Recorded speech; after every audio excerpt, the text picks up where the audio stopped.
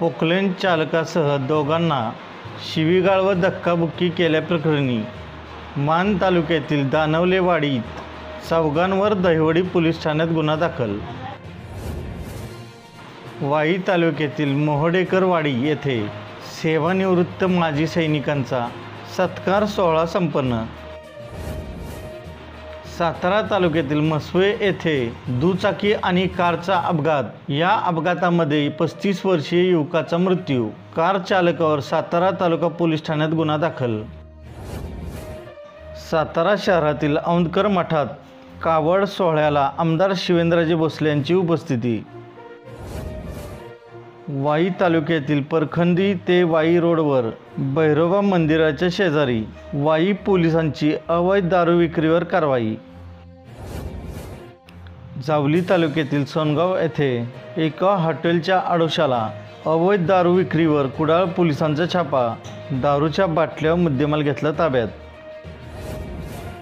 पाटण तालुक्यातील कोचरेवाडी येथे गवताच्या गंजींना आग. 3 शेतकऱ्यांचे लाखो रुपयाचे नुकसान. सातारा शहरातील राजपथावरील डेरे मेडिकलचे शटर उचकटून चोरीचा प्रयत्न. 2 चोरटे CCTV कॅमेऱ्यात कैद. सातारा तालुक्यातील देगाव येथील एक ब्लॅक पॅन्थर आणि 2 बिबट्याची पिल्ले. वनविभागाने मादी बिबट्यासोबत पिल्लांची घडवली भेट. सातारा शहरातील करंजे पेठेतील दुकानात चोरी प्रकरणी 3 स्थानिक गुन्हे शाखेने केली अटक.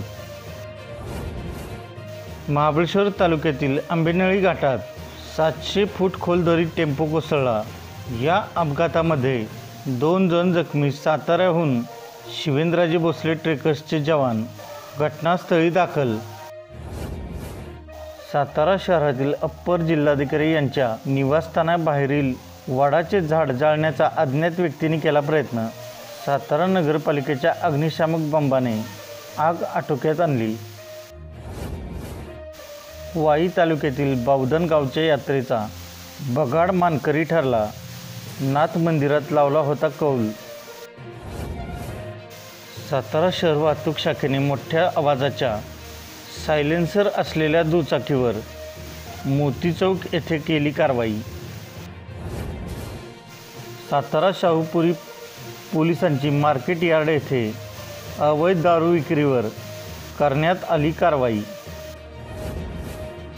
सातारा शहरातील बॉम्बे रेस्टॉरंट येथे शहर पोलिसांचा जुगार अड्ड्यावर छापा. जुगाराचे साहित्य मुद्देमाल केला जप्त. 3 जणांवर करण्यात आली कारवाई. सातारा शहराजवळ असणाऱ्या क्षेत्रमाहुली येथे तडीपाराच्या आदेशाचे उल्लंघन करणाऱ्या एकावर पोलिसांची कारवाई. सातारा शहर पोलीस ठाण्यात गुन्हा दाखल. साताऱ्यात होळी सण मोठ्या उत्साहात साजरा. परिसरात भक्तिमय वातावरण. लोकसभा निवडणूक आचारसंहिता व विविध सण उत्सव अनुषंगाने खटाव तालुक्यातील वडूजमध्ये पोलिसांचे पथसंचलन. सातारा लोकसभा मतदारसंघात महायुती महाविकास आघाडीकडून अद्याप उमेदवार निश्चित झालेला नाही.